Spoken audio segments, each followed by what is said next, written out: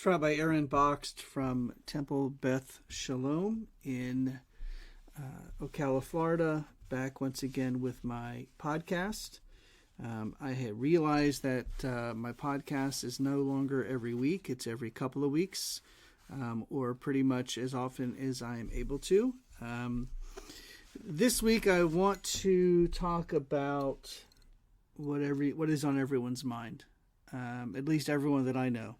And that is, of course, the deadly murder of two Israeli Jewish people in D.C. last night. There's a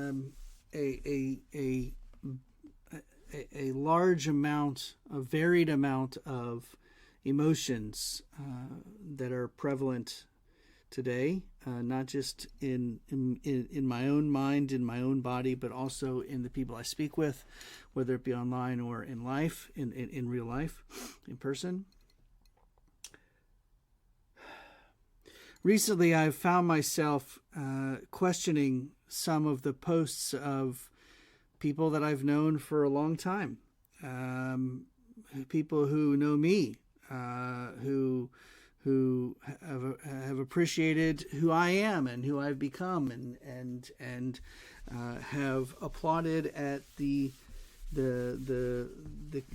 contributions of the communities that I have been a part of to the world, everywhere that I've lived.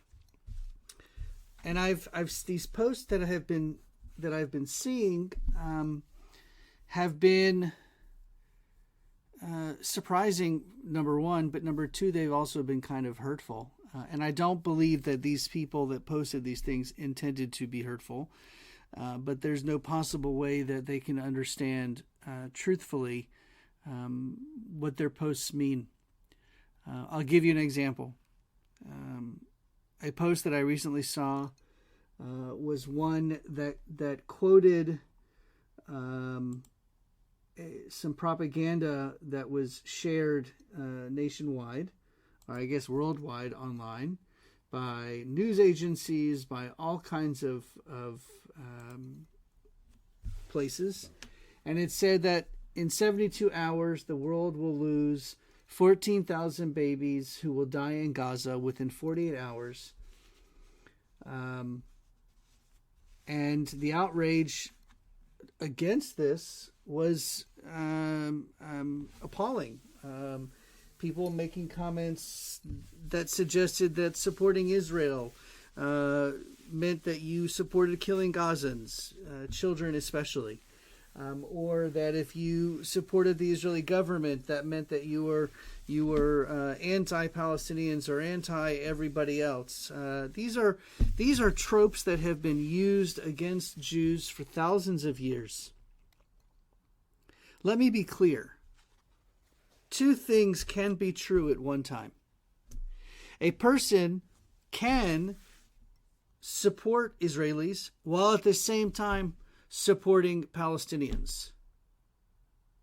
A person can support Israel as a country, as a nation, as a people, but at the same time oppose or disagree with the policies of the government. By no stretch of the imagination am I suggesting that any action that kills another is appropriate. Absolutely not. It is the absolute, obviously not. It's obviously not the truth. That is not how I feel. I want the Palestinian people to have the same rights and same freedoms as I want the Israelis to have. Do I believe that every decision that's being made by the Israeli government and by the army in Israel, the IDF, do I believe everything that they're doing is okay or correct? No. But I also disagree with the decisions that some of our own countries' government officials and army officials are making. And that's okay. That doesn't make me un-American. That doesn't mean I think that people who aren't American should die.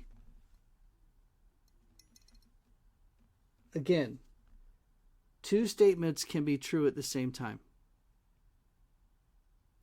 The world is a better place with Israel in it. It's a better place for Jews, but it's also a better place for everyone. Think of all of the people that live in Israel that are not Jewish, that have the same freedoms as Israelis, as every other Israeli, Jewish or not. Do I believe that Bibi Netanyahu is doing a good job as prime minister? Absolutely not. I don't disagree with every decision he's made, but I disagree with quite a bit of the decisions he's made, and that's okay.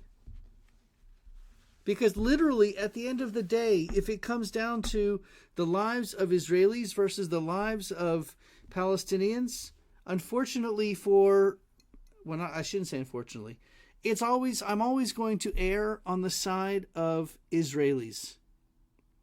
Because no nation in the world has ever had the kind of enemy that Israel has had since its foundation in 1948.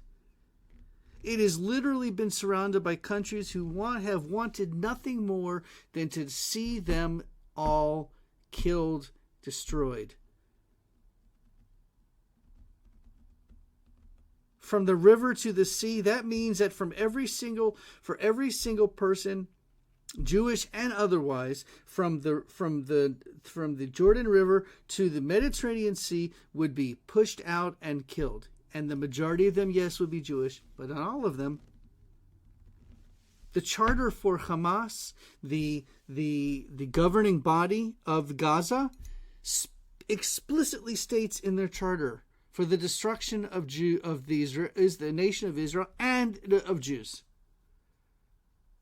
It says it. It's in there. It's not arguable. And yet, where's the outrage? Where is the outrage? Now let me be clear. I do not believe that the IDF bombing from the air large areas of where civilians are. I do not believe that's okay. I think it's wrong. I think it's wrong for any Palestinian, any innocent Palestinian, man, woman, or child, to die. 100%. I don't know if you could, I'm certain, actually, forget I don't know. I'm certain that you cannot find a person who supports Hamas that says the same thing about Israelis. And more specifically, nobody from within the Hamas organization. That says something. So let's talk about what happened last night in D.C. 2 Israeli Jews who were actually attending an event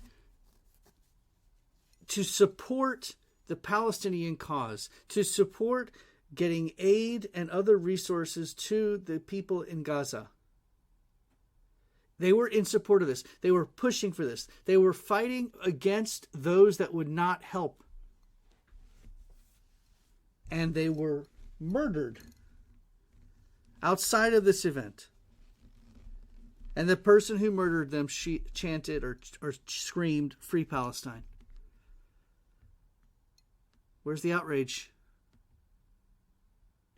Why are the people of Hamas, the people who support Hamas, why are they not coming out and saying that is deplorable? That is not okay. Why are the only people that I see whose hearts are broken and torn are Jews or people who love Jews? Or people who love Israel? This is not a catch-22. This is not an either-or. You can love Israel and love the Palestinians. You can love Jews and love Arabs. You can love Jews and love Muslims and Christians. You can love Israelis and love Arabs. You can love Israelis and love Palestinians and Gazans and Egyptians and Jordanians and so on and so forth. You can love humans. That is the crux of this. What does it mean to love a human, another human? And that is the point. May the memory of Sarah and Yaron be for a blessing. May we use their lives as an opportunity to show what can happen when people are working together out of love and not out of hate. Hate will only be destroyed when we destroy it. Kein Yihiratzon. May this be God's will.